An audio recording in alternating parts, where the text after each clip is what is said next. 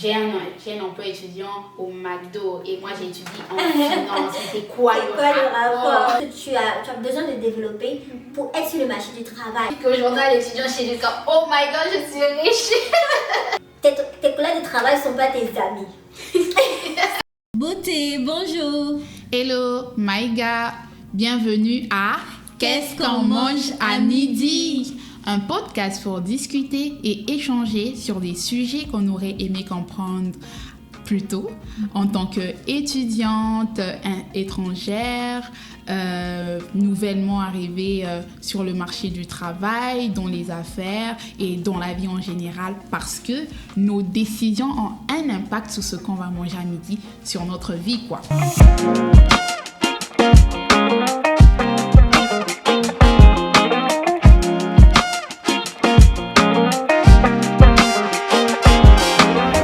Alors, bienvenue à notre 7e épisode. Yeah. Et oui, nous sommes déjà à notre 7e épisode, on tourne beaucoup. Et alors, on va profiter même pour prendre ce temps, premièrement, pour remercier toutes les personnes qui nous regardent, qui nous écoutent, qui partagent, qui aiment, qui commentent. C'est vraiment apprécié. Merci beaucoup de nous soutenir. Merci. Et pour toi qui es là pour la première fois, s'il te plaît, abonne-toi et partage avec les personnes autour de toi pour leur communiquer, pour qu'ils puissent bénéficier justement des clés qu'on partage au travers de nos épisodes. Oui. Et bon, aujourd'hui, je voulais aussi prendre ce temps-là, revenant un peu en arrière, j'aimerais prendre ce temps-là aussi pour saluer, faire un petit coucou à Amanda et Esther. Elles sont pas là, mais elles vont bientôt revenir. Et bon, pour cet épisode-là, on est toutes les deux avec Marie-Laure. Oui. On va parler d'un Chédra, sujet... oui.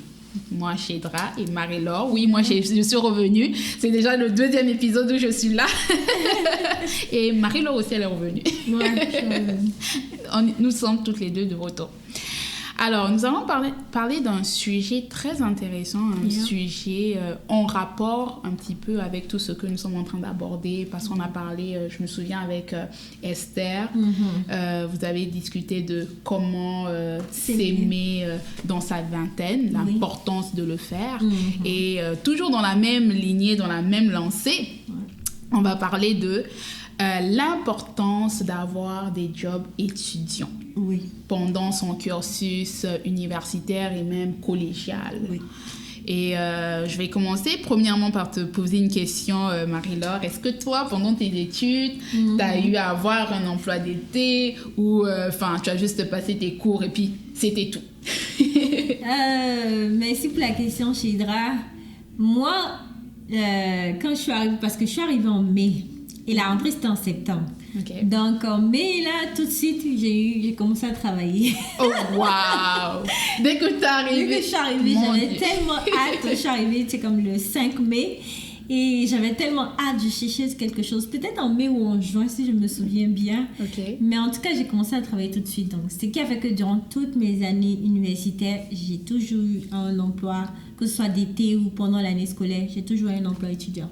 Oui. Oh, wow, ça c'est intéressant. Mais qu'est-ce qui t'avait motivé justement à avoir cet emploi d'été, cet emploi-là?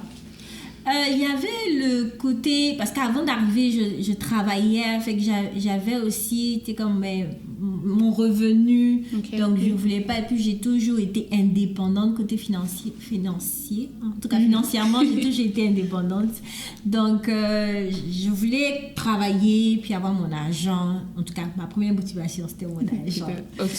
J'attendais mon argent, puis pour pouvoir faire mes petites choses sans forcément demander à quelqu'un de m'aider ou quoi que ce soit. Voilà. Ok, c'était ça ta première motivation. Ma première motivation. Mais au fur et à mesure, j'ai vu d'autres avantages qui n'étaient pas forcément pécuniaires. Donc, puis je crois aussi que le point qu'on va aborder, en tout cas où on veut mettre l'accent, c'est par rapport au fait de ne pas juste se concentrer sur les revenus, mais il y a plein de choses qu'on peut développer en ayant un emploi étudiant. Ou collégial. C'est vrai. Non, mais tu as totalement raison. Yeah. Parce que d'habitude, lorsqu'on pense emploi d'étudiant, on pense au fait que non, on veut juste avoir de l'argent derrière. On veut avoir l'argent de poche. Parce que pour les étudiants qui viennent comme de l'extérieur, c'est vrai qu'on est, pour la plupart, sont comme pris en charge par leurs parents. Donc, on leur envoie l'argent de poche. Ils se disent que, OK, si j'ai un petit emploi comme à côté, là, je peux comme avoir le dernier iPhone. J'étais moi-même le dernier iPhone. Oui. Mais c'est pas uniquement ça. Il y a beaucoup plus d'avantages à avoir justement un job d'étudiant. C'est vrai que moi aussi, lorsque je suis arrivée à l'université, peut-être pas comme toi, directement. Avant de commencer les cours, moi j'ai commencé à travailler, tu vois. Non. Ouais, ça m'a pris quelques mois. Ça m'a pris peut-être 4 mois ou 5 mois avant de commencer à travailler sur le campus. Parce que je travaillais comme... c'était la radio, non pas la radio, le journal étudiant. Mais moi, quand je partais là, je partais vraiment avec cette option-là ou cette optique-là d'avoir une expérience. D'avoir une expérience, et étant donné que ça matchait un petit peu avec les études que je faisais, parce que je faisais des études de communication et journalisme, donc ça m'aidait justement à pratiquer tout ce qu'on apprenait en théorie, en cours. Donc, pour moi, c'était ça ma motivation, et j'ai commencé à travailler directement. Donc, pour les avantages, je dirais que c'est la première... Enfin, c'est l'une des avantages quand on a un job d'étudiant, c'est avoir justement pratiqué, mettre en pratique la théorie qu'on a dans nos cours et la porter dans le job étudiant. C'est vrai qu'après, on va me dire que non, j'ai un emploi étudiant au McDo et moi j'étudie en finance. Mais c'est quoi le rapport? C'est quoi le rapport? Mais c'est sûr qu'il y a un grand rapport là. Je sais pas qu'est-ce que tu en penses, Marina. Il y a un grand rapport parce que c'est pas... Le travail, c'est tout un ensemble. Il y a déjà les compétences théoriques que tu vas appliquer de façon pratique, mais il y a aussi la façon de penser.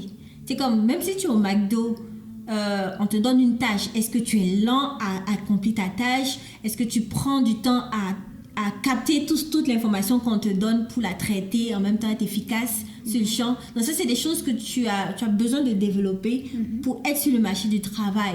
Puis aussi, est-ce que tu es facilement stressé quand il y a trop de commandes au McDo? Tu seras sûrement stressé quand tu vas être dans ton boulot, je sais pas moi, de finance ou d'ingénieur. Quand il va y avoir trop de choses à faire, tu seras facilement stressé. Donc, c'est des compétences que peut-être qui ne sont pas directement liées à tes cours. Tu sais, comme, OK, j'ai fait comptabilité, il faut que je fasse comptabilité.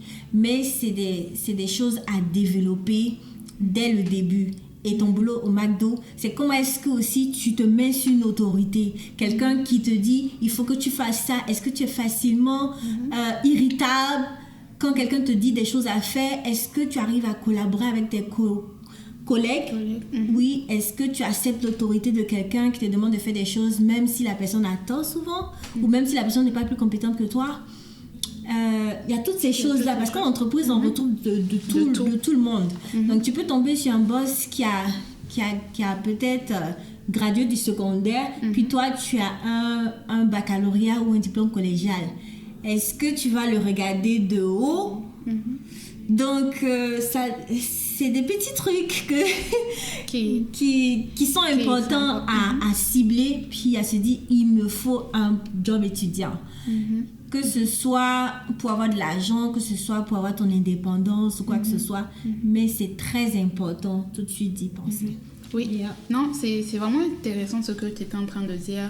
Parce que ce que j'ai même retenu avec ça, ce sont les soft skills. Genre, quand tu travailles justement au McDo, tu penses que non, tu es en train de travailler au McDo, tu fais peut-être quelque chose bas ou tu fais quelque chose qui ne matche pas avec ce que tu es en train d'étudier, mais c'est pas vraiment vrai, parce que tu es en train d'acquérir justement de la compétence, tu es en train d'acquérir des choses que on va pas forcément t'enseigner ça dans tes cours, mais c'est sur le terrain que tu es en train de le faire.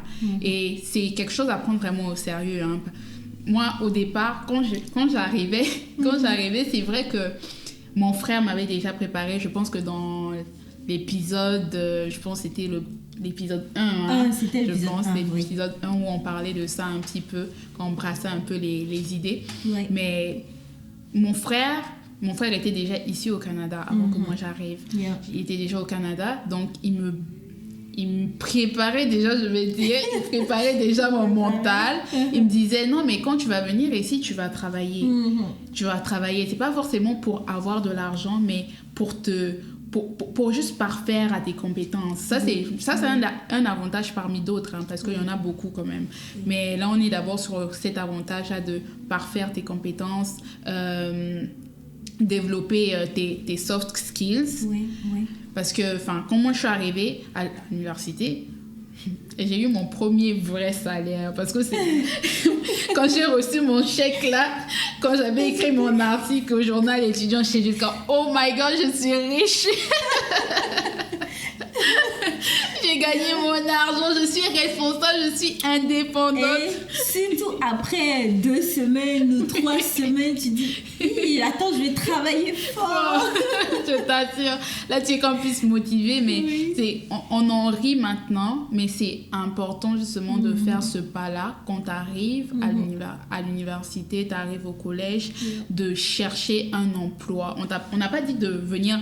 Tu arrives et puis tu cherches un emploi là où tu te mets une pression pour ça. Non, mais c'est penser à l'avenir, avoir quelque chose qui va t'aider en fait à développer justement ces skills, ces soft skills, ces compétences-là qui vont t'aider plus tard dans ton travail, plus tard dans les emplois que tu vas occuper et même dans l'entrepreneuriat, on ne sait jamais. On ne sait jamais, effectivement.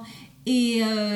comme Chidra l'a dit, tu n'es pas obligé de te précipiter tout de suite. Tu peux attendre le premier congé ou en tout cas, si tu n'as pas de besoin financier, tu peux attendre le premier congé ou l'été pour commencer à faire ce travail-là. Et moi, je te dirais que le travail que tu vas faire en tant qu'étudiant, ça va t'aider à te connaître. Parce que la façon dont tu réagis avec tes amis, c'est pas la même chose que tu vas réagir avec tes collègues de travail. Parce que les relations sont différentes entre tes amis, les collègues de travail et les collègues à l'université. Tes collègues de travail ne sont pas tes amis. Ça peut devenir tes amis. Mais de prime abord, ce ne sont pas tes amis, c'est vraiment tes collègues de travail. Il faut savoir faire la distinction. Il y a aussi, dans le milieu du travail, il y a des... tu peux avoir une certaine frustration, la façon dont les gens vont te regarder. Si par exemple tu es dans un environnement, je sais pas moi, de racisme ou des choses où que tu comprends pas bien ta tâche, tu es un peu en train de tâtonner pour te positionner. Tu peux être victime de regards un peu malveillants ou quoi que ce soit. Mais le fait que tu aies travaillé, que ce soit au McDo, que ce soit à l'hôtel ou quoi que ce soit, ça te permet d'avoir une certaine assurance. Tu développes ton assurance en tes compétences, en fait. Tu vois, tu sais que tu es quelqu'un je sais vraiment pas quel exemple prendre. Si je trouve un exemple, je vais le donner. Mais tu sais que tu es capable d'accomplir une tâche jusqu'au bout. Peu importe la tâche. Si au McDo, tu prépares juste les sandwichs, tu sais que tu es capable de faire comme 10 sandwichs en 1 heure. Enfin, ça donne de la motivation. Dis-moi, je suis capable. Et puis, si j'ai pu faire ça au McDo et qu'on était vraiment sous pression, c'est que je suis capable de le faire. Même si c'est un projet ou quoi que ce soit, c'est une petite victoire qui te permet d'avancer et de te différencier aussi dans ton milieu et d'accepter le regard des autres. Parce qu'en entreprise, il y a beaucoup de regards sur le dos que il faut accepter, il faut avancer et puis il faut passer à travers. Non, c'est vraiment, non, mais c'est vraiment intéressant ce que tu abordes, hein, le fait de même se connaître au travers justement de l'emploi. Parce que, et j'ai aussi aimé le point de tes employeurs ne sont pas tes amis. Tu peux pas agir, tes collègues plutôt ne sont pas tes amis. Tu peux pas agir de la même manière que tu agis avec tes amis et avec tes collègues. C'est vraiment comme différent parce que le monde est différent en fait. L'atmosphère là est différentes.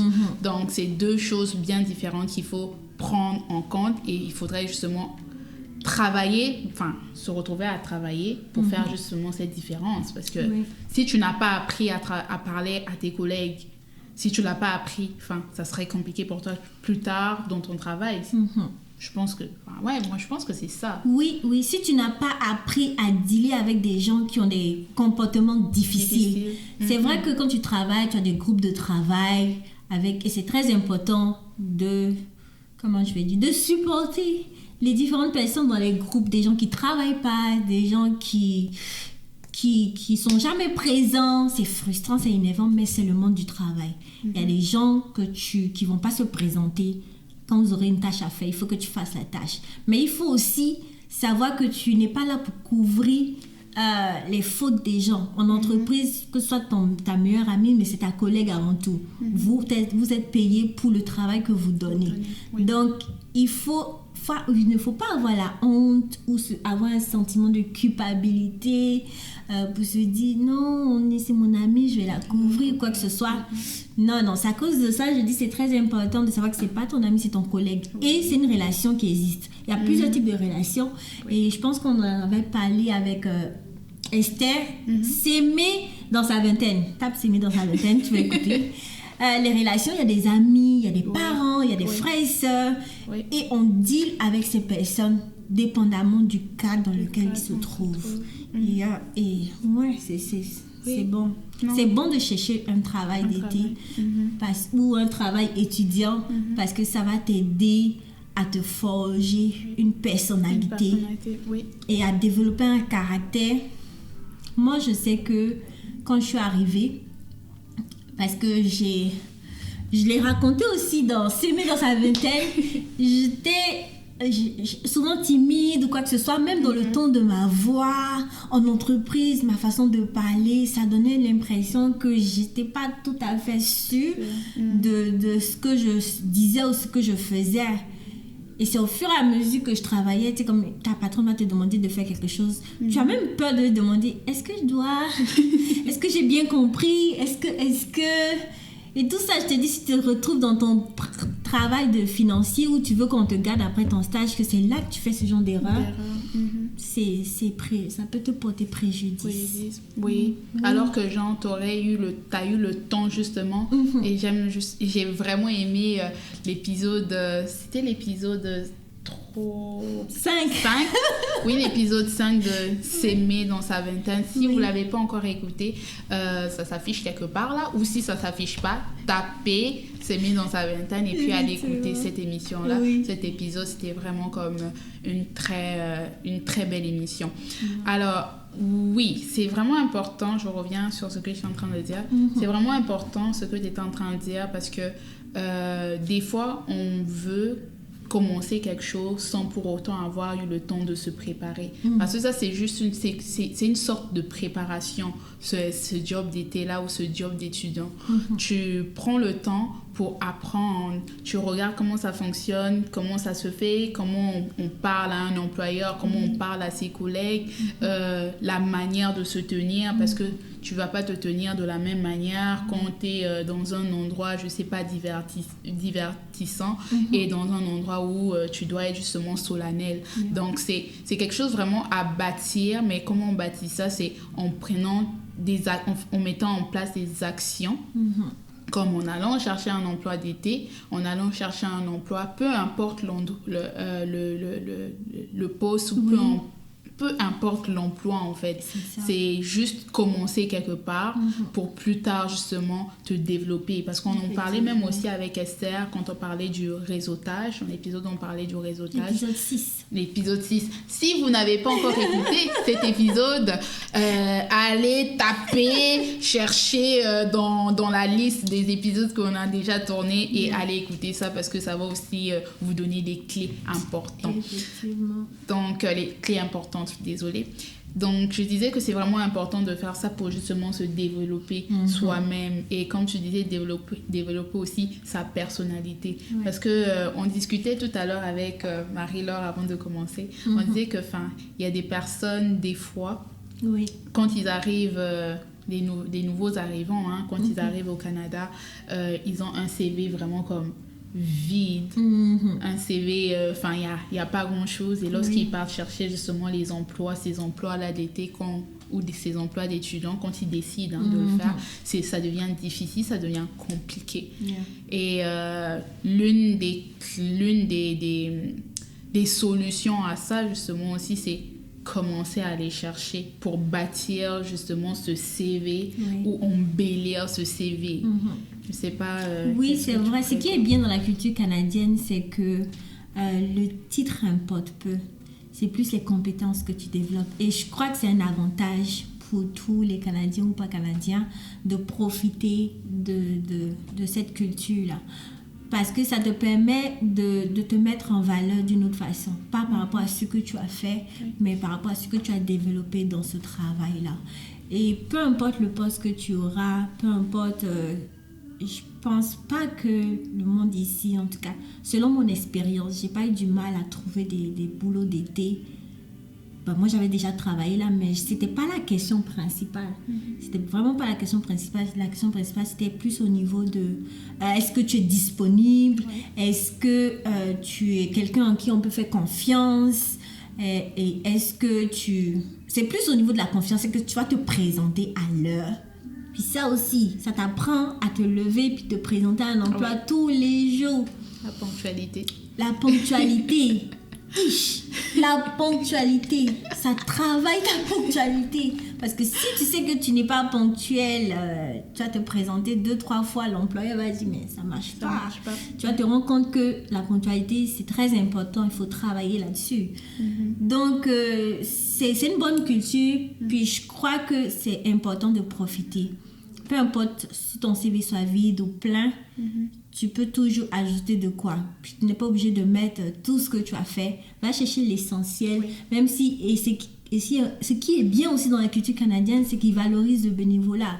Donc du bénévolat que tu as fait dans des organismes à but non lucratif, que ce soit dans ton pays, que ce soit quand tu es arrivé au début sur le campus, ça compte aussi dans ton expérience que tu pourrais ajouter.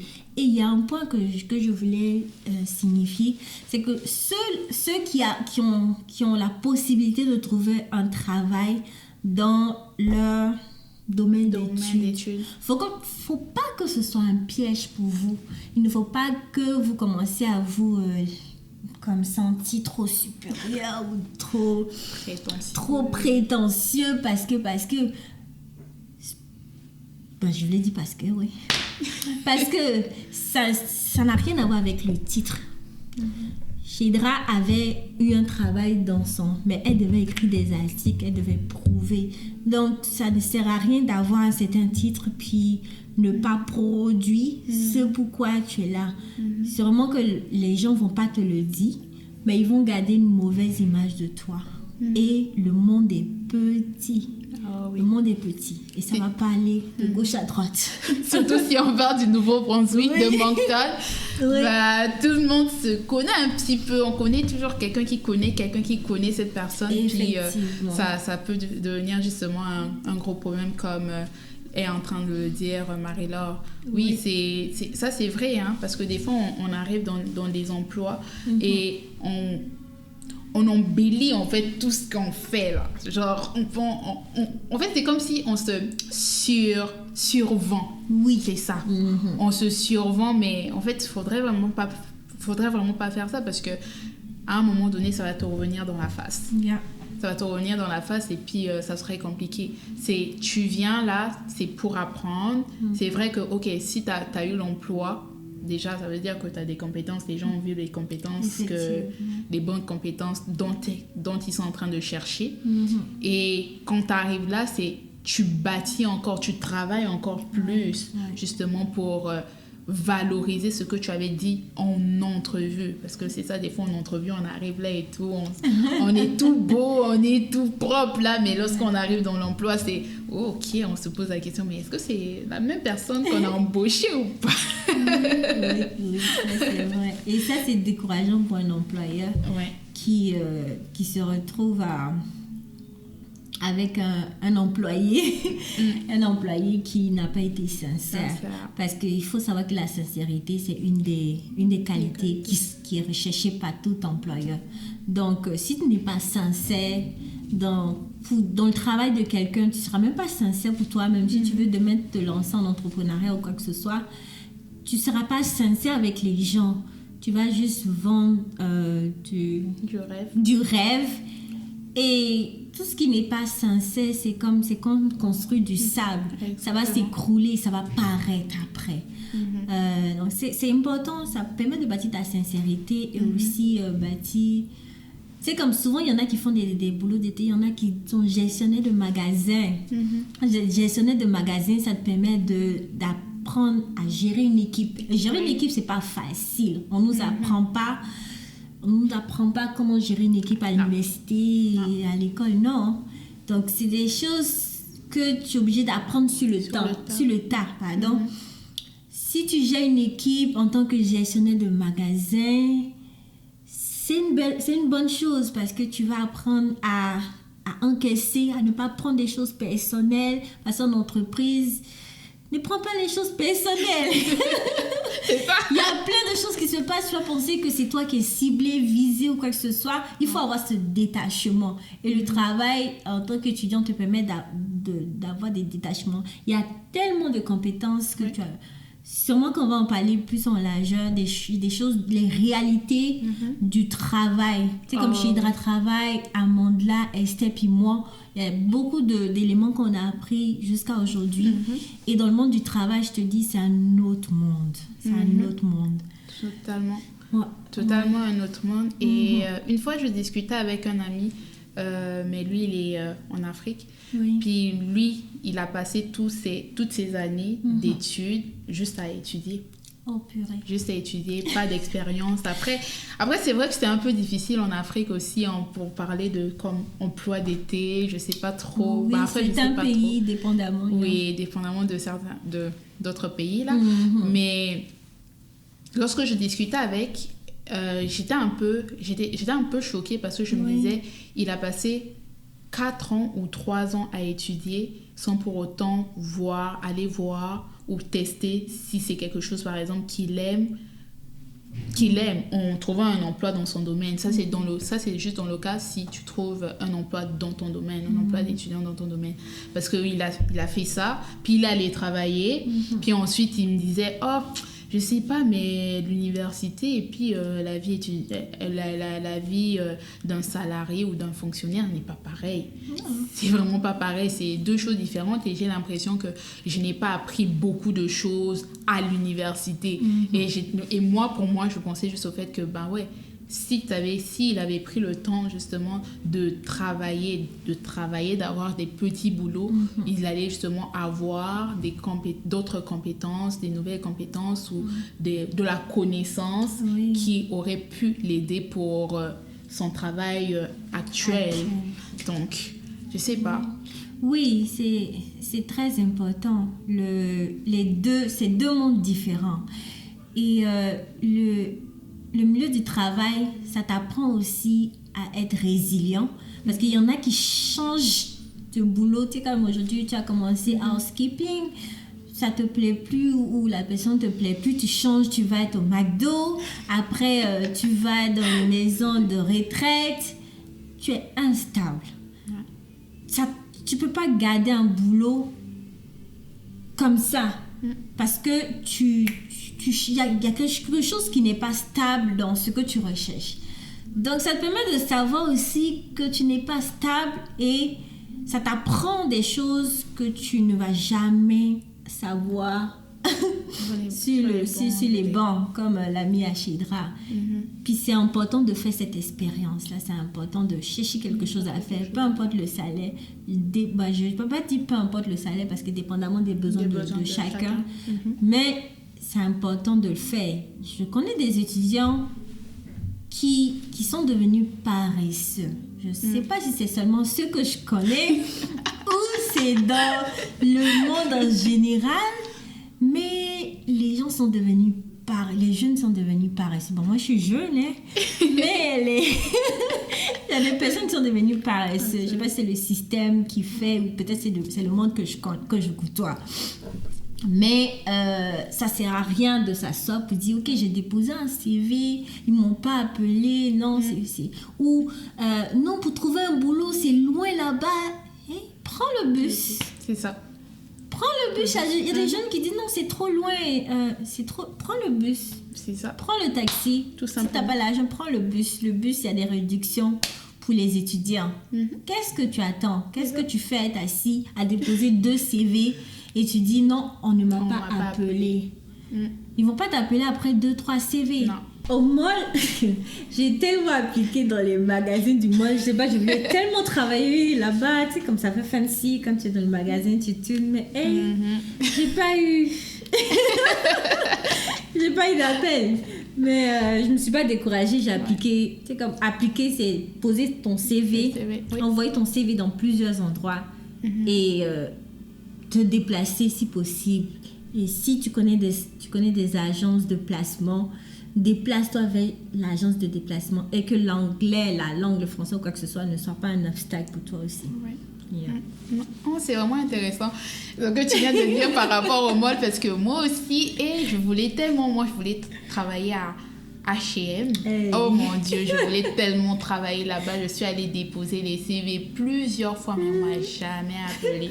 J'ai jamais eu comme un poste au mall. Mais c'était mon rêve. Mais bon, pas grave. Mais ce que j'ai appris avec ça, justement, c'est, comme tu as dit, la persévérance. Je ne me suis pas arrêtée sur les non. Je ne me suis pas arrêtée sur les refus.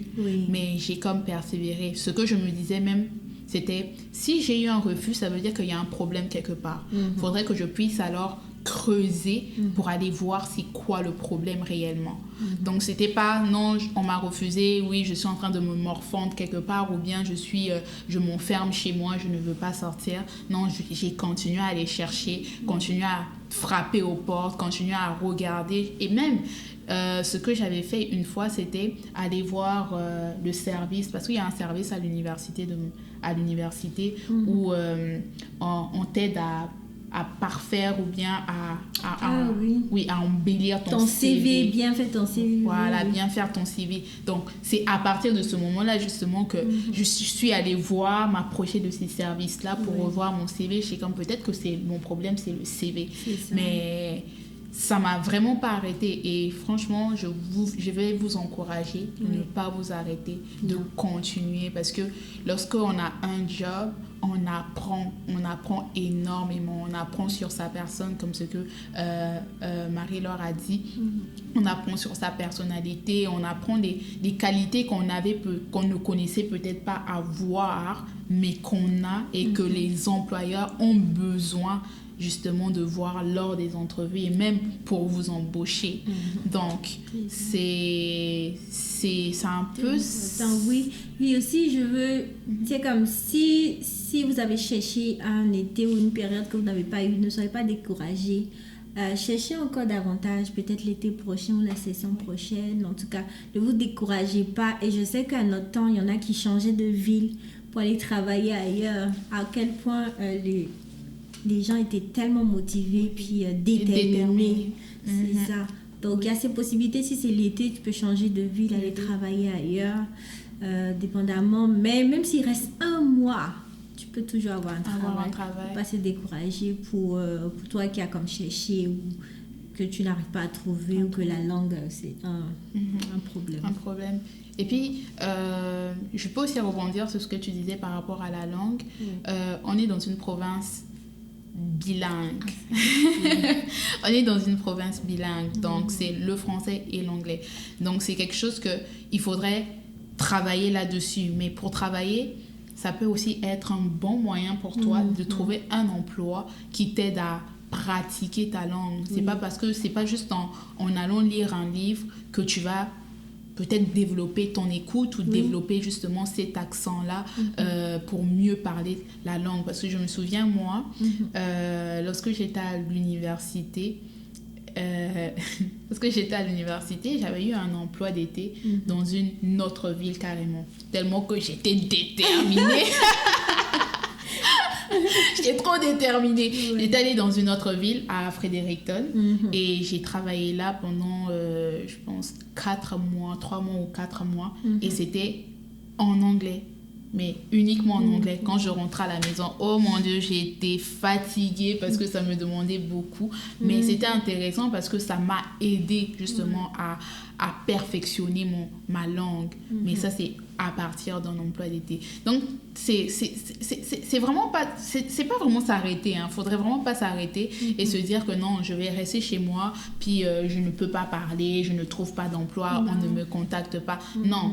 Continue, persévère, va chercher ce qui ne marche pas, commence quelque part, ne vise pas aussi trop haut, parce qu'il y a certaines personnes aussi qui visent des objectifs tellement non mesurables, non atteignables. Non, tu commences quelque part. Tu vas, je sais pas, travailler dans un restaurant, tu vas travailler quelque part d'autre, enfin, parce que moi je connais une personne qui est arrivée ici, en tout cas comme nous, des étudiants, arrivés ici. Cette personne-là ne cherchait que des emplois de direction. Un emploi d'été de direction. Genre, je veux être directeur de quelque chose. Donc, lui, c'est là-bas qu'il postulait. Mais il a eu des problèmes parce qu'il n'a pas eu d'emploi. On ne l'appelait pas. Et pour lui, à un moment donné, il s'est découragé. Il s'est même découragé. Il était comme, non, mais j'arrête. Mais t'arrêtes.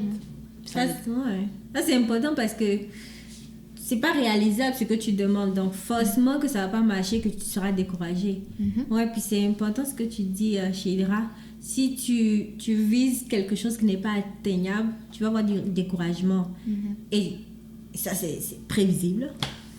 Mais il faut que tes objectifs soient réalistes et réalisables. je prends tes mots. Et réaliste. Sur le moment. C'est pas se dévaloriser. Non, pas du tout. C'est juste commencer quelque part. Et monter les échelons. Et après, être directeur, tu seras directeur parce que c'est ça ton objectif, mais on commence quelque part. Oui, aucun métier n'est plus qu'un autre. Exact. Oh, j'aime ça. Aucun métier n'est plus qu'un autre. Tous les métiers sont pareils parce qu'on a tous les mêmes défis. Défis de, je sais pas moi, la rapidité, défis d'être efficace, défis d'être efficient. C'est toujours les mêmes défis dans le fond.